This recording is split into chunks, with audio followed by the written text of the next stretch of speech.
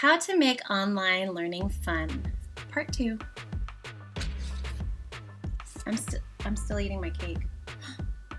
Hey y'all, welcome back to my channel. It's Marilyn Brown from Teach Marilyn B-Style, and I wanted to give you my 2 cents on a post I saw over on Gahmya's Instagram at Evolved Teacher. Go find her over there. All right, can you have your cake and eat it too? Yes. Yes, you can. Want some? It's so good. All right. Parents, this is for you.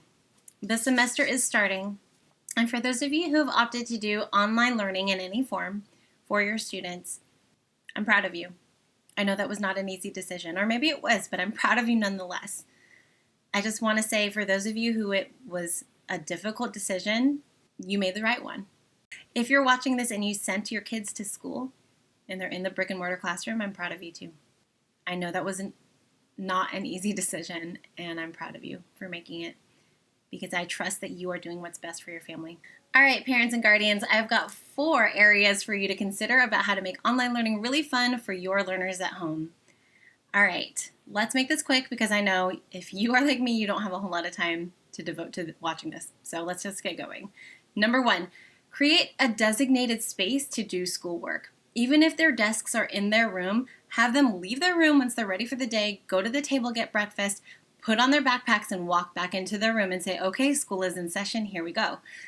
If you do that, it's going to help their minds create a separate space for it's time to work, it's time to focus, it's time to get on schedule. Don't forget to have after school time. So once school time is done, you put all the pens, papers, tablets down, and you just get to enjoy being a family. You're not thinking about all the extra homework, you're not thinking about tomorrow's assignments.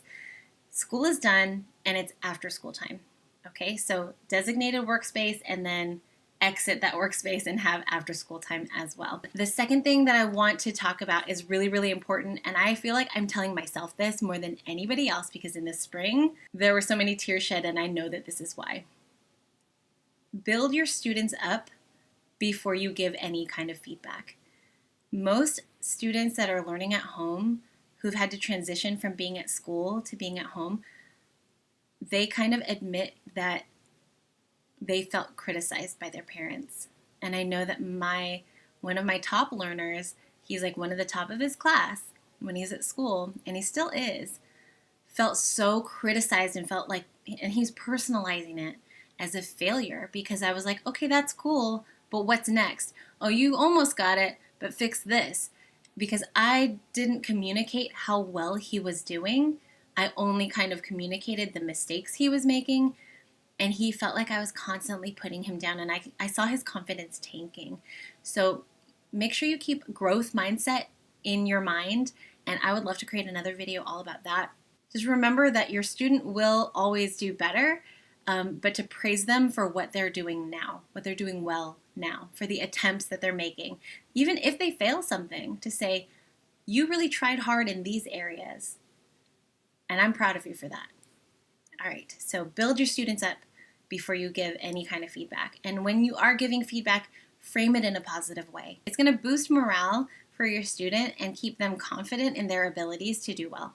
Number 3 is to create a schedule. This one seems pretty obvious, but create an actual schedule that you'll stick to. It doesn't have to be rigid, but it can be like, okay, breakfast, and then after breakfast we do these items. And then after this point, then we have a break for snack. And, just however you're going to do that, whatever works best for your family. If you are like a line by line, we do these things on the hour, if that works for your family, do that. Whatever your normal is, create a school normal that will work best for you.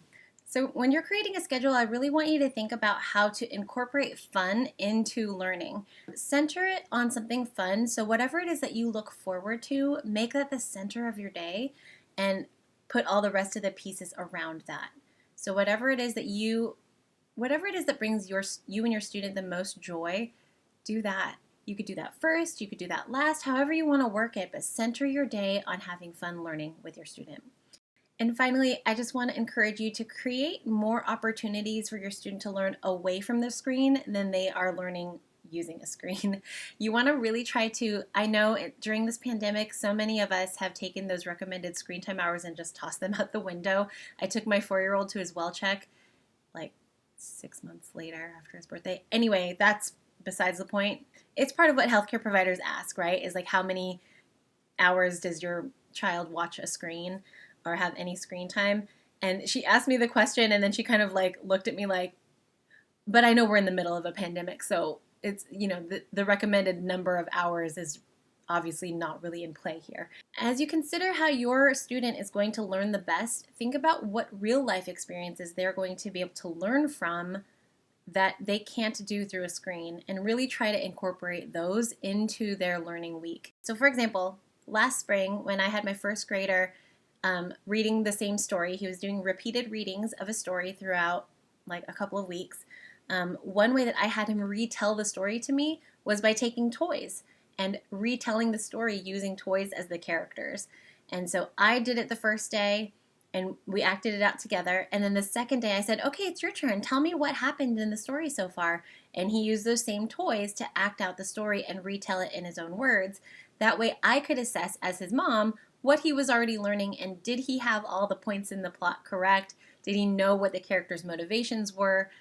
All of that conversation can be built upon a real life interaction that you don't need to sit there and look at the screen again. Because we didn't have the book at home, we had to engage it on a screen to know exactly what the story said. Even access to books on a screen is still screen time, and that is really fatiguing for your students. If it is for you, think about how many emails you've not really read. Think about how many Zoom meetings you've wanted to just like leave before they were over.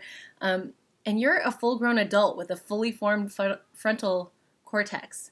What am I trying to say? Frontal cortex, is that right? I studied the brain, and I see what's happening. I don't even know. I don't know the parts of my brain that are formed anymore.